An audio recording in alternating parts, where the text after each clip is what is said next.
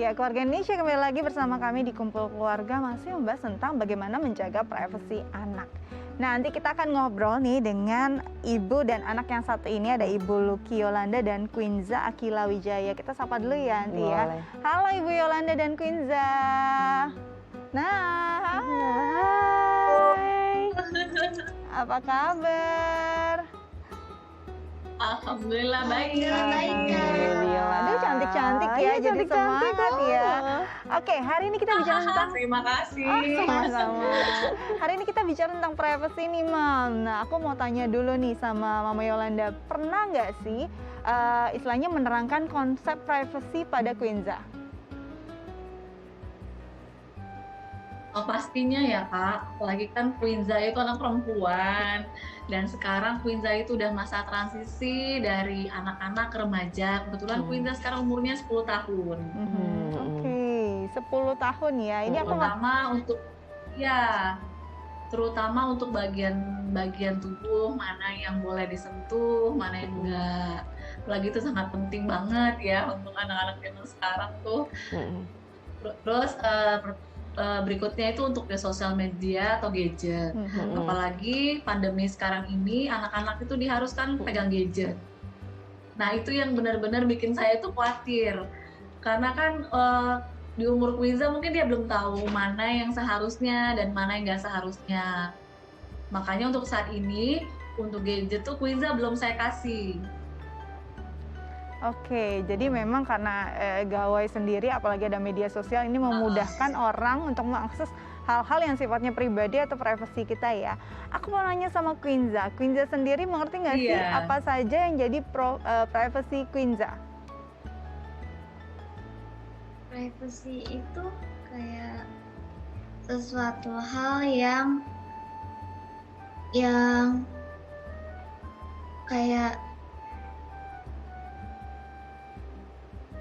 percaya sama aku gitu, maunya percaya sama aku. Oke, jadi memang ruang lingkup kepercayaan orang tua pada anak ya, Anti ya. Iya. Ini betul sekali, bahkan seperti yang tadi kita bahas ya, bahwa privasi itu memang ruang lingkup kepercayaan yang diberikan orang tua juga pada anaknya. Nah, ini kan kalau Quinza sendiri usianya 10 tahun nih, Anti. Biasanya sudah mulai apa sih yang jadi privasi anak 10 tahun itu? Iya. Kalau 10 tahun itu kan pra remaja ya. Jadi kalau kita lihat memang nggak cuman yang ada di rumah, tapi juga sudah berkaitan sama teman gitu. Misalnya contohnya kalau misalnya Quinza punya kamar sendiri nggak Quinza? Quinza di rumah punya kamar sendiri? Punya. Oke, nah biasa dia ingin misalnya contohnya mengatur kamarnya sendiri, kemudian kalau misalnya dia di dalam kamarnya juga ditutup gitu kan ya, kemudian tadi tentang berganti baju dan sebagainya yang sifatnya pribadi itu dia lakukan sendiri di kamarnya. Tapi tidak hanya itu, kalau sudah pra remaja lebih ke arah ada omong-omongan sama temen yang dia nggak ingin orang tuanya misalnya dengar misalnya. Bukan arahnya rahasia, tapi memang merasa bahwa ya ini cuman antara aku sama teman aku gitu. Oke, jadi memang ya itu bukannya rahasia, bukan merahasiakan suatu hal karena bukan suatu hal yang buruk ataupun salah. Jadi memang ini obrolan kayaknya cocoknya untuk girls aja deh, untuk anak-anak aja deh. Nah, ini aku mau tanya nih sama Quinza, suka begitu nggak sih kalau misalnya teman-teman lagi main? Iya, kalau di sekolah suka kayak gitu. Biasanya kalau di sekolah nih teman-teman cewek, ini nih buat urusan cewek aja nih ya, privasi cewek kayak gitu ya. Nah, ini kalau Ibu Yolanda sendiri terhadap Quinza, biasanya sering komunikasi seperti apa sih biar paling tidak walaupun Quinza memahami privasinya tapi tetap terbuka juga, tetap bisa memahami apa yang Quinza rasakan? Iya Kak, saya selalu membiasakan untuk komunikasi sama Quinza. Jadi saya selalu bilang, Mami kasih Quinza kebebasan, tapi bukan kebebasan yang sebebas-bebasnya. Tetap ada batasannya. Jadi saya memberikan kebebasan Quinza itu mungkin untuk hal-hal kecil, tapi bagi dia itu benar-benar hal yang luar biasa. Misalnya misalnya untuk kamar, Quinza bebas milih warna kamarnya sendiri. Terus untuk baju juga kan, Quinza sekarang udah mulai pra remaja, udah mulai pengen Mami aku pengen baju ini, aku pengen pakai warna ini gitu. Saya tetap memutuskan, cuman saya tetap kasih arahan ke Quinza, itu pantas atau tidak pantas. gitu. Oke. Ya lebih ke kebebasan tapi tetap ada arahan gitu loh Kak. Betul. Jadi memang sesuai harus tetap pada koridornya sebagai anak begitu ya. Suka berselisih paham nggak Iya. sih? Apalagi kan Quinza ini sudah pra remaja, pastinya sudah banyak argumen. Suka selisih paham nggak sih, Mam? Dan bagaimana cara Mama Yolanda sendiri mengatasinya? Pastinya ya Kak, karena Quinza itu umur sekarang itu banyak ingin tahu kenapa mami aku ini nggak boleh, kenapa itu nggak boleh gitu. Selalu saya kasih tahu Quinza kenapa ini nggak boleh, nanti akan jadinya seperti ini. Kadang pun dia belum bisa langsung terima, pasti nanti dia telah lagi, akhirnya dia bilang oh iya mami ternyata kalau begini tuh jadinya seperti ini gitu.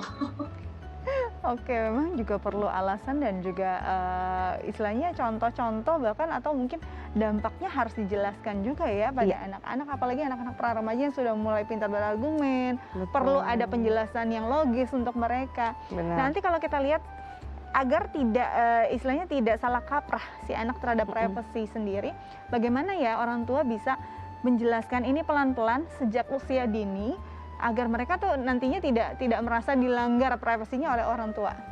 Iya, jadi saya setuju sekali sama Bu Yola bahwa tetap yang namanya privacy ada juga rules, ada juga aturan, ada batasan dan arahan yang harus diberikan. Betul. Jadi nggak cuma diberikan kebebasan yang sebebas-bebasnya, itu akan lost kan ya gitu. Nah sehingga yang menjadi border di sini adalah aturan. Misalnya contohnya sosial media ya. Di sini dikatakan bahwa di beberapa sosial media 13 tahun tuh minimal boleh punya akun sendiri. 13 Di bawah tahun, itu betul. berarti kan harus under supervisi orang tua dan orang tua yang buka akunnya bukan kamu misalnya. Nah itu berarti kan ada rules-nya. Tapi di sisi lain pada saat dia sudah usia 13 tahun ya dia boleh buka sendiri, tapi tetap diskusiin ya sama bunda supaya bunda bisa memberikan kamu masukan misalnya tentang kontennya, tentang isinya, tentang kata-katanya seperti itu. Nah, jadi setiap apa yang dilakukan dikomunikasikan lagi kepada orang tua sehingga mereka tahu bahwa oh, orang tua memang tetap menjadi supervisi saya, tetap saya butuh orang tua untuk diarahkan seperti itu. Atau memang butuh juga pendapatnya saat kita dalam kondisi tertentu gitu ya si anak ya. Oke, Ibu Yolanda dan Quinza ini ada anti sih kalau kita. Ada tidak pertanyaan yang ingin ditanyakan terkait tema kita hari ini nih? Ada Kak. Oke. Nanti Jo, Iya Bu. saya mau tanya, sebenarnya perlu nggak sih privasi untuk anak, apalagi di usia pra remaja? Karena saya agak khawatir ya. Iya. Oke. Betul. Perlu tidak ya privasi anak, terutama di usia pra remaja? Iya betul. Sebetulnya perlu. Tadi seperti bahasan kita di awal bahwa itu adalah konsep di mana mereka itu menjalin atau kemudian melihat bahwa dia punya konsep diri dan juga dia punya jati diri, itu arahnya ke privacy. Jadi dia perlu merasa tadi dipercaya oleh orang tuanya bahwa dia adalah seseorang yang bisa atau mampu melakukan semuanya sendiri itu. Nah tapi plus tadi ada bordernya, ada aturannya gitu ya. Dan kalau berkaitan dengan hal ini kita bisa tegaskan bahwa yang namanya privacy tadi boleh kamu lakukan, tapi kalau ada sesuatu yang ingin mama diskusikan itu boleh. Misalnya tadi, oke, kamu boleh kunci kamar kamu atau kamu boleh tutup kamar kamu, tapi kalau mama panggil atau mami ketok-ketok, kamu harus buka ya, misalnya seperti itu. Atau kemudian gini, oke mama kasih kebebasan kamu untuk menggunakan gadget misalnya sampai contohnya jam 8 malam misalnya. Tapi kalau itu kamu langgar, nah konsekuensinya apa? Seperti itu kan dijelaskan kenapa ada konsekuensi. Gitu misalnya, oke karena kalau di atas jam 8 berarti kan akan mengganggu jam tidur kamu. Kalau jam tidur kamu kurang, berarti istirahat kamu kurang, besoknya nggak bisa bangun pagi dan kemudian tubuh kamu juga nggak bisa mencapai potensi yang maksimal seperti itu. Dan berikutnya adalah bisa juga kita tanamkan terutama pada anak remaja bahwa privacy itu boleh asalkan yang urgent itu tidak mengganggu dua hal ini. Satu, jadi yang harus didiskusikan sama orang tua dan nggak boleh enggak adalah kalau berkaitan dengan keselamatan jiwa dia, gitu. Dan yang kedua berkaitan dengan masa depan dia. Nah itu mau nggak mau tetap anak tetap harus mendiskusikan hal orang tua dan menceritakan kepada orang tua. Karena apa? Karena lihat bahwa orang tua sebagai sosok yang lebih punya pengalaman dibanding usia mereka, gitu. Dan kemudian orang tua di sini bisa mengarahkan dan itu semua orang tua tahu yang terbaik buat kamu. Plus tapi tidak benar-benar cuma semata-mata ini karena mama yang suruh, tapi Iya. kita komunikasi di situ. Namanya komunikasi kan berarti kan dua arah. Betul. Ya, jadi kita juga mendengar pendapat anak dan kemudian anak mendengar pendapat kita dan akhirnya kemudian baru ada solusi bersamanya. Oke, jadi memang sampai untuk pada solusi bersama ini panjang prosesnya, bahkan Iya. mulai dari sejak dini sampai di usia setiap tahapannya ini cara komunikasinya berbeda-beda begitu ya. Betul sekali. Kira-kira seperti itu Ibu Yolanda. Mudah-mudahan bisa terjawab juga ya. Ya, terima kasih Aunty Jo. Iya, terima kasih Bu Mbak Yola. Dika. Terima kasih Oke, juga Quincy. Ibu Yolanda dan Quinza, terima kasih ya sudah berbagi di Kumpul Keluarga ya.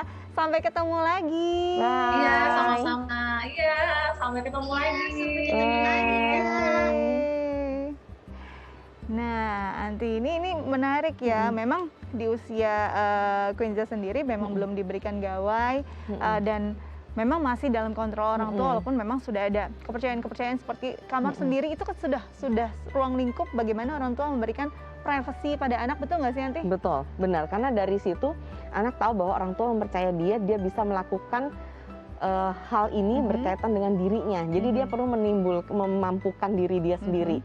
Nah, dia bisa memampukan diri sendiri kan karena dikasih kepercayaan dan kesempatan. Yes. Nah, jadi sebetulnya inti dari privacy adalah tadi membangun kepercayaan diri anak, membangun konsep diri anak dan membangun bahwa dirinya itu berharga dan dihargai sama orang tuanya. Itu dia, kepercayaan dirinya berharga dan dihargai orang tua. Betul. Oke, nanti kita akan ngobrol lagi Anti. Ini makin seru deh, apalagi kalau anak-anaknya sudah punya gawai nih Anti. Iya. Kadang-kadang kalau orang tuanya pegang handphonenya, Mami, it's my privacy gitu ya. Iya, nggak boleh, apalagi di password Ya, gitu kan. itu dia. Gimana konsepnya untuk anak-anak yang sudah punya gawai atau memang sudah remaja, bagaimana kita bisa menghargai privasi mereka, Iya. tapi tetap kita bisa supervisi ya. Kita akan bahas tapi setelah jeda berikut. Nah, keluarga Indonesia jangan kemana-mana, makin seru perbincangannya. Tetap bersama kami di Kumpul Keluarga.